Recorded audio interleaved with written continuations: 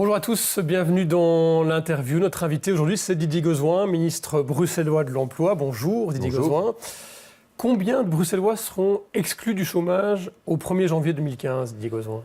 Le précédent gouvernement a décidé qu'à partir du 1er janvier, 5 281 personnes peuvent être exclues des bénéfices de l'allocation d'insertion, qui est l'équivalent du chômage. Quand vous dites le précédent gouvernement, c'est le précédent gouvernement qui a décidé cette mesure d'exclure... Le gouvernement d'Irupo, le gouvernement fédéral. D'Irupo, enfin l'ensemble des partis du précédent gouvernement.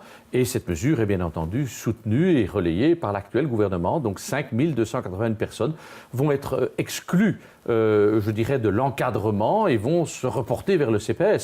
Financièrement, ils auront la même chose, beaucoup d'embarras, des retards de paiement, mais ils seront exclus d'un certain nombre de mécanismes de l'emploi. Mais bien entendu, la charge sera pour moitié reportée sur les communes. Sur ce plan-là, gouvernement d'Irupo, gouvernement Michel, même combat?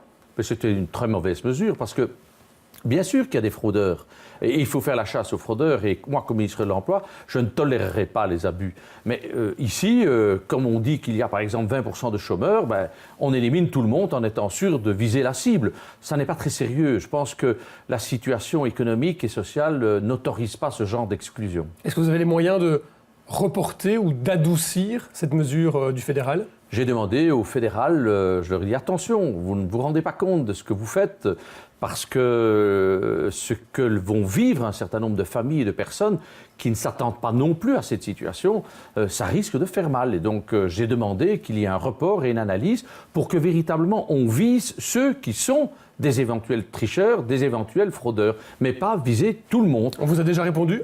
Oui, par presse interposée, le gouvernement Michel, M. Chris Peeters, nous a dit il n'en est pas question, on continue et on avance. Est-ce que cette mesure touche davantage proportionnellement les Bruxellois que les Wallons et que les Flamands? Oui, parce que le taux de chômage évidemment est plus important à Bruxelles, donc forcément, proportionnellement, c'est une mesure qui vise d'abord les Bruxellois, ensuite les Wallons et puis, dans une moindre mesure, la Flandre. Alors, le gouvernement fédéral veut aussi imposer 2 demi-journées de travaux d'intérêt général pour les chômeurs longue durée. Là, vous avez les moyens d'empêcher, d'appliquer cette mesure? D'abord, je crois qu'ils ne mettront jamais cette mesure sur papier. Pourquoi? Parce qu'elle est impossible à mettre en œuvre. Et puis parce qu'elle va coûter fort cher. Fort cher pour des résultats qui sont totalement dérisoires. Je signale que des demandeurs d'emploi, des chômeurs, peuvent aujourd'hui faire des travaux volontaires supplémentaires. C'est ce qu'on appelle le système ALE. Et donc, il ne me paraît pas, encore une fois, utile de mettre en place toute une usine à gaz pour des efforts qui seront et des effets qui seront très minimes. Donc c'est juste une mesure symbolique pour faire plaisir au patronat? Voilà, c'est une mesure, même pas pour le patronat, parce que le patronat a déjà dit que c'était une mauvaise mesure, mais c'est une mesure purement idéologique qui consiste à dire, vous voyez, nous, on va lutter contre la fraude sociale. Je n'ai aucun problème qu'on lutte contre la fraude sociale, mais j'aimerais que ce gouvernement soit aussi efficace contre la fraude fiscale, puisqu'on voit qu'il y a quand même des milliards et des milliards qui nous échappent. Alors vous l'avez évoqué, un taux de chômage assez élevé en région bruxelloise, 20%. Comment est-ce qu'on fait? Est-ce qu'il y a une recette miracle pour faire baisser ce taux de chômage? Il n'y a aucune recette miracle, parce que s'il y avait une recette miracle, mes prédécesseurs auraient réussi. Mais ce que nous allons faire aujourd'hui, c'est dire que tous les jeunes qui sortent de l'école seront pris en main. Plus question de permettre à des jeunes de glander et d'attendre je ne sais quoi. Il faut les mettre en mouvement. Il faut leur donner un stage. C'est la garantie jeunesse? C'est la garantie jeunesse. Il faut leur donner un stage, ou il faut leur donner une formation, ou il faut leur donner un premier emploi. Mais il faut qu'ils soient en mouvement et qu'on les responsabilise. Mais est-ce que ces emplois, ces stages, ces formations, ce ne seront pas finalement des emplois au rabais, des mini-emplois comme on a pu en voir en Allemagne? Non, pas du tout. Un stage, c'est un stage. Tout le monde sait bien ce que c'est. Les jeunes, on leur dit, vous n'avez pas d'expérience professionnelle. Eh bien, on va leur donner une expérience professionnelle. Pour ça, je compte évidemment sur le secteur économique pour offrir des stages valables, crédibles aux jeunes. Les formations, on sait qu'il y a un certain nombre de jeunes à Bruxelles qui sortent de l'école sans diplôme, sans qualification. On doit donc les remettre dans ce circuit de la qualification. Donc tout ça, ce n'est pas du rabais, c'est indispensable. Et nous allons accentuer les efforts. On va, rien que pour 2015, mettre plus de 20 millions en plus pour développer ces politiques. On va donc faire tout ce qu'il faut pour que les jeunes ne soient plus en déshérence. Ce n'est pas ce que dit l'opposition MR, par l'entremise de Vincent de Wolf. Ils disent que finalement, dans le budget de la région bruxelloise, il n'y a rien ou quasi rien de neuf Il n'y a pas de souffle nouveau pour l'emploi et pour la formation et pour faire descendre ce taux de chômage. Mais écoutez, plus de 20 millions, c'est énorme. C'est énorme. Moi, je constate que tous les autres gouvernements... C'est pas essentiellement des fonds européens ? Non, pas du tout. Ah non, il y a encore 0 franc des fonds européens. 0 franc. On attend les fonds européens. Mais écoutez, l'EMR n'a pas de bonnes leçons à donner. Pour l'instant, tout ce que l'EMR fait, c'est exclure, exclure, exclure, exclure. Moi, je ne veux pas être le ministre de l'exclusion. Je veux donner une chance aux jeunes. Mais je dis aussi, les jeunes qui ne la saisissent pas, ceux-là seront pénalisés, bien entendu. Mais on ne peut pas d'abord exclure et puis dire « Allez, on va vous reprendre en main ». Non, il faut donner la chance aux jeunes. Il faut y croire. Parce que sinon, on est dans une société qui exclut toute la jeunesse. C'est notre avenir quand même. Et donc, l'EMR n'a pas de bonnes leçons à donner en l'espèce. Vous avez un objectif chiffré pour faire baisser ce taux de chômage, le faire baisser à 19, 18% dans combien de temps ? L'objectif, c'est qu'il diminue. L'objectif, c'est que la part bruxelloise, vous savez qu'il n'y a que 47% dans l'ensemble des emplois bruxellois qui reviennent aux Bruxellois. Si on pouvait déjà grappiller 2%, ça ferait déjà plus de 14 000 demandeurs d'en moins à Bruxelles. Mais pour ça, il faut que les jeunes soient qualifiés. Il faut qu'ils se mettent en mouvement. Il faut véritablement qu'ils comprennent l'enjeu et qu'ils comprennent la nécessité que pour s'insérer dans une société, il faut être autonome, il faut avoir un job. Mais donc, est-ce qu'il y a un objectif chiffré, une date 2017-2018 Soyons clairs, si effectivement ces chiffres ne diminuent pas, eh bien il y aura une responsabilité d'un non-échec. Mais j'attendrai pas 5 ans. On fera l'évaluation permanente des politiques et on corrigera le tir jusqu'au jour où on trouvera la solution qui fonctionne enfin. On ne va pas retrouver le plein emploi. Moi, je ne suis pas un prometteur des beaux jours, mais il ne faut plus être dans cette spirale d'une dégradation du chômage et des jeunes en particulier. Vous êtes un peu le François Hollande bruxellois qui doit, contre vents et marées, essayer de régler une situation très difficile. Non, je constate que tout le monde dit que c'est le job casse-gueule. Parce qu'aujourd'hui, il y a presque un fatalisme, une déception. On ne peut rien faire. Eh bien oui, moi je vais prendre des risques. Je vais prendre des risques et je vais essayer de tout faire travailler les institutions ensemble. J'ai réuni le VDAB, Bruxelles Formation, Actiris, autour de moi lors d'une conférence de presse. C'est quand même une première que tout le monde, francophone et néerlandophone à Bruxelles, se mobilise contre cet objectif, contre ce fléau. Et comme François Hollande, si le taux de chômage ne baisse pas en région bruxelloise, vous ne vous représenterez pas devant les électeurs ? Ça sera l'échec, bien entendu, d'une politique. Je n'attendrai pas 5 ans pour faire le bilan et pour faire l'évaluation et pour corriger. Nous y arriverons. Ça veut dire que vous mettez votre poste en jeu ?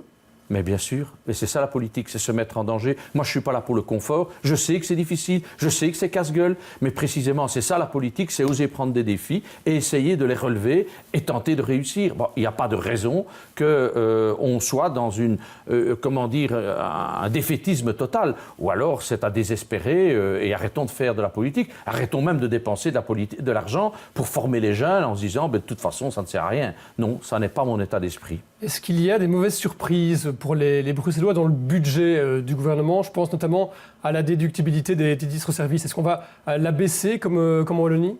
On va, pour l'instant, je vais prendre le temps d'analyser le dossier, voir quels sont les grands enjeux et voir comment ce budget doit évoluer. Bien entendu, on a une enveloppe fermée. On ne pourra pas la faire exploser. Donc, on sait aussi que le nombre de titres-services continue à croître en région bruxelloise. Donc, ce sont 2 données qui doivent attirer mon attention. La troisième étant que le secteur est très précarisé et qu'on doit donner de bons et de vrais emplois et pas des emplois précaires avec un turnover important. Mais est-ce qu'on touchera ou est-ce qu'on ne touchera pas au titre-service en région bruxelloise ? Je ne vous le répondrai pas parce que je ne le sais pas, parce que ce n'est pas sérieux de le dire alors qu'aujourd'hui nous ne sommes même pas encore en possession de cette matière. Ce n'est qu'à partir du 1er janvier. Moi je n'ai pas l'habitude en politique de dire des choses sans connaître mon dossier. Alors on a beaucoup parlé de cette manifestation du 6 novembre, on en parle encore avec des rapports qui montrent qu'il y a eu en tout cas une impréparation au niveau des services de police. Est-ce que le bourgmestre de la ville de Bruxelles, Yvan Mayer, a une responsabilité dans les échauffourées qui ont eu lieu pendant cette manifestation ? Toute la classe politique, depuis 10 à 15 ans, a une responsabilité dans le fait qu'on désinvestit dans la police. Il faut savoir que la police fédérale reporte de plus en plus les charges sur des policiers locaux. Ça n'est pas le rôle des polices communales d'aller contre des casseurs et dans des manifestations qui sont violentes.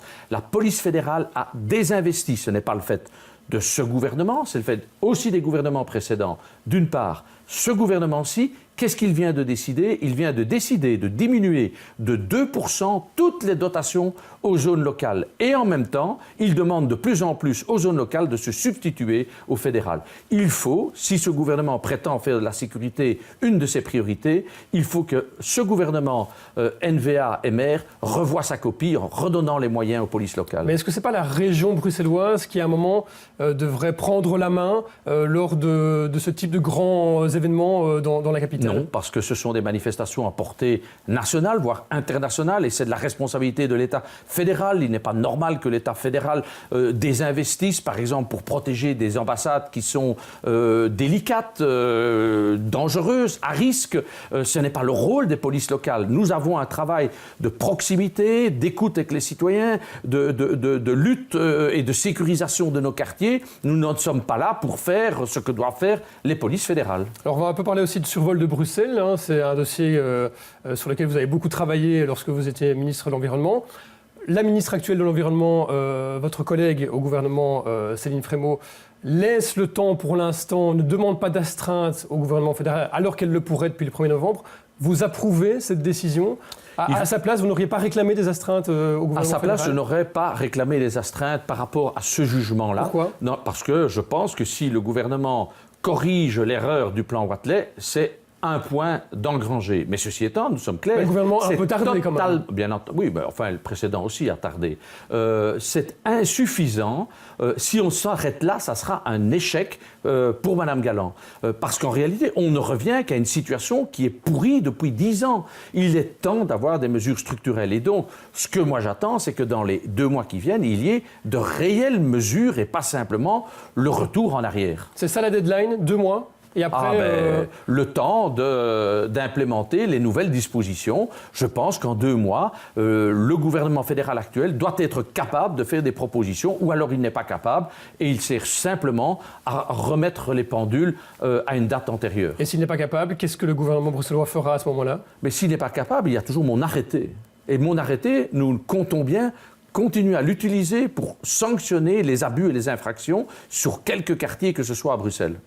Alors Didier Gauzin, c'est un peu la saison des élections dans les partis politiques francophones et néerlandophones. Il y a eu Benoît Lutgen au CDH, Bart de Wever à la NVA, Elio Di Rupo maintenant au Parti Socialiste, Laurette Onkelings à la Fédération PS bruxelloise. Le FDF, c'est pour quand? Logiquement, c'est pour mars de l'année prochaine. Est-ce qu'Olivier Minguin doit passer la main? Je pense qu'il faut lui demander. Ce que je crois, c'est qu'il faut en tout cas un projet clair pour les 10 prochaines années pour le FDF. Et ça sera la responsabilité du futur président de présenter un projet clair, un projet dynamique, un projet de développement. Mais est-ce que vous n'avez pas peur que, un peu à la manière dont Elio Di Rupo est soumis aux critiques aujourd'hui, Olivier Minguin fasse le mandat de trop à la tête du FDF? C'est alors sa responsabilité, bien évidemment, mais je ne peux pas empêcher quelqu'un soit de renoncer à un mandat, soit de postuler un mandat. Vous avez un favori pour cette élection? Non, parce que je ne connais pas encore les candidats en lice. Ce ne sera en tout cas pas moi. Vous aimeriez y voir quelqu'un qui se présente? Je veux quelqu'un qui a un projet pour le développement du FDF, dans sa spécificité bruxelloise, dans sa spécificité wallonne. Quelqu'un de 20 ans ou de 50 ans? Peu importe, ce n'est pas l'âge qui fait les mérites, c'est la qualité de ce qu'on a dans la tête. Merci beaucoup Didier Gauzin d'avoir été notre invité aujourd'hui. Demain, 2 députés bruxellois dans les experts. Vous les connaissez, Caroline Désir pour le PS et Vincent De Wolf pour l'opposition MR. Bon après-midi.